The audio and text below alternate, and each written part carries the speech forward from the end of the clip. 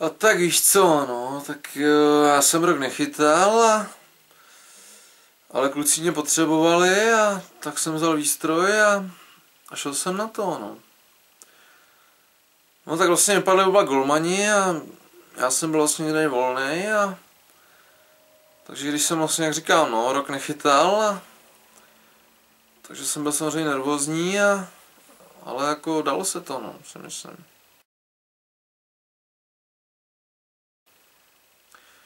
Ne, tak víš co, já nebudu tady tvrdit, že jsem nervózní nebyl, ale když si tak vzpomínám, tak já jsem vždycky nervózní byl, takže jak přišel zápas, tak to na mě přišlo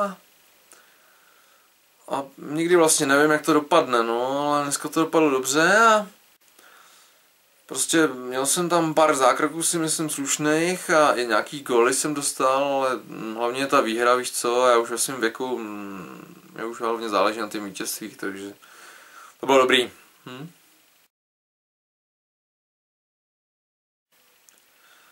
Ne, tak víš co, já už jsem za svou kariéru odchytal přes nějakých 200 soutěžních zápasů a v těch jsem dostal asi 1000 gólů, takže mě nějakých 3 góly navíc, jako to už pro mě nehraje roli.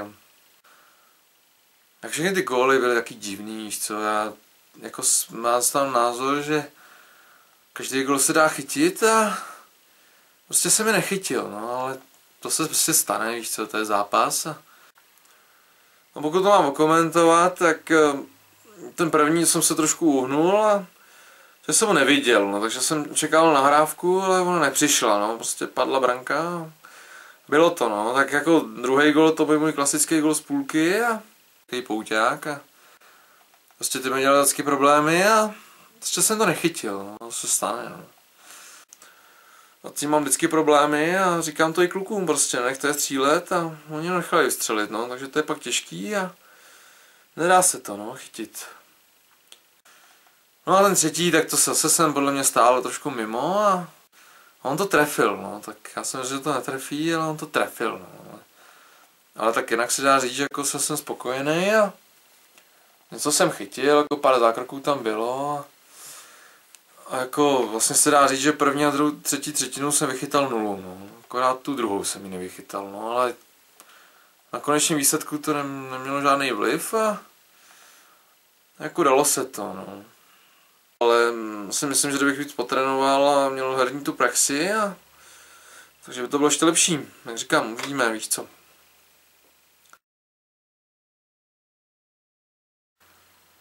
A tak jako jsem rád, že se vyhrálo a jsem klukům mohl pomoct že to vyšlo, no, tak jak říkám, jako dlouho jsem nechytal a jsem rád, že jsem tu šanci dostal a já jsem se o ní porval, no, tak nějak, no. No tak jako kluci, víš co, mě přivítali dobře a já jsem rád, že tahle parta, to mě prostě pro tu žiju a já jsem prostě cítil, že třeba se vrátit a ukázat, že to, co neumím, že jsem to zapomněl, no. Jak já vždycky říkám, že když tam nic není, tak není co zapomenout a dneska jsem je viděl, že jsem to fakt nezapomněl, takže jak říkám, mě se vyhrálo a není co řešit, je to sport.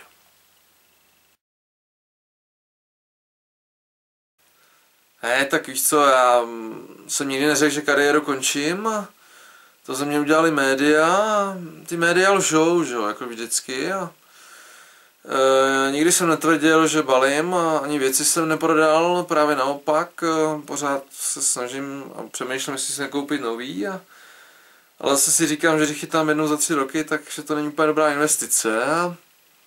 Ale jak říkám, jako nejsem hašek, abych chytal nějakých 40-50 a to určitě ne, abych každý rok končil kariéru a pak já se obnovoval. Takže já bych chtěl chytat do nějakých 60-70 a když to půjde uvidíme, víš co. Tak jako nechci končit, prostě čekám na svou šanci a máme tam mladý kluky a těm je třeba dát prostor, no. A já jsem nikdy si nemyslím, že bych byl nějaký vynikající golman a prostě jsem se snažil, musel jsem si to vydřít, že jo, všechno jsem se učil sám a ty dnešní kluci mají strašnou výhodu, že jo, protože dorost, že jo, jsou ty mladší kategorie a tam můžu jít prostě krůček po krůčku, že jo, a naučit se to, ale já jsem neměl kde, že jo, jsem koukal na televizi tam jsem to koukal jako od legend, jako byl třeba Sokolov a Brizgalov a nebo Chabibulin, no. Takže těm jsem přizpůsobil svůj styl a myslím, že na mých výkonech je to vidět, no. No, tak jako Treťák nebo Myškin, no, takže já se připravuju jako kdyby tak každý zápas a posiluju a chytám florbal a chytám inline a občas chytám i hokejbal, no.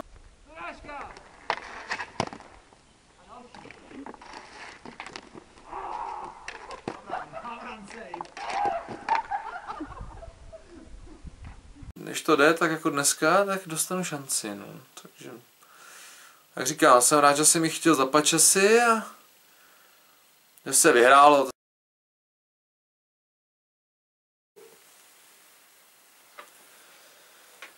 No tak mýmu trénování vedla trnitá cesta, nebylo to lehký, co prostě, že Bčko naše fungovalo po obnově nějaký 2 roky a neměl to kdo víc, no. Já jsem prostě cítil, že jsem taky zažil v klubu dobrý roky a že bych měl něco vrátit, víš co, za tu šanci, co mi dali a že mi dali šanci chytat a tak jsem jako myslím, že tak jsem si říkal, že jim pomůžu, no. Tak jsem se toho Bčka ujal a neměl jsem asi nic, že jo, neměl jsem trénovat, měl jsem to akorát vybírat prachy a buzerovat, takže a nakonec si to sedlo a loni jsme že získali bronz a bylo to dobrý, no. Se to jako líbilo, no.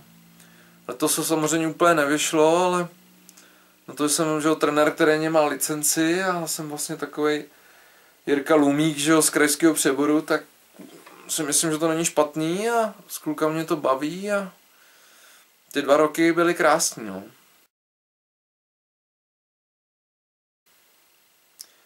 A tak víš co, já úplně ještě nevím, jak to bude. Teď je, že jo, po sezóně a všichni jsme smutní a je to sport, no.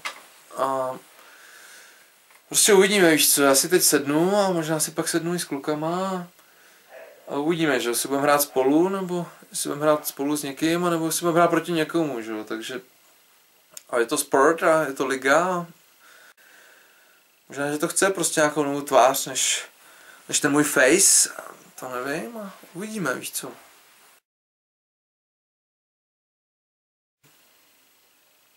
Je dobrý, díky. Tak určitě.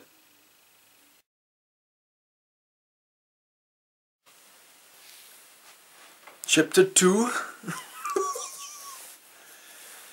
A chytám inline, no a chytám hokejbal, takže bych se toho jako nebál. Ticho! Pegino! Ticho! Pegino! Já se omlouvám, ale jsou to zvířata, no, takže to je těžké potom.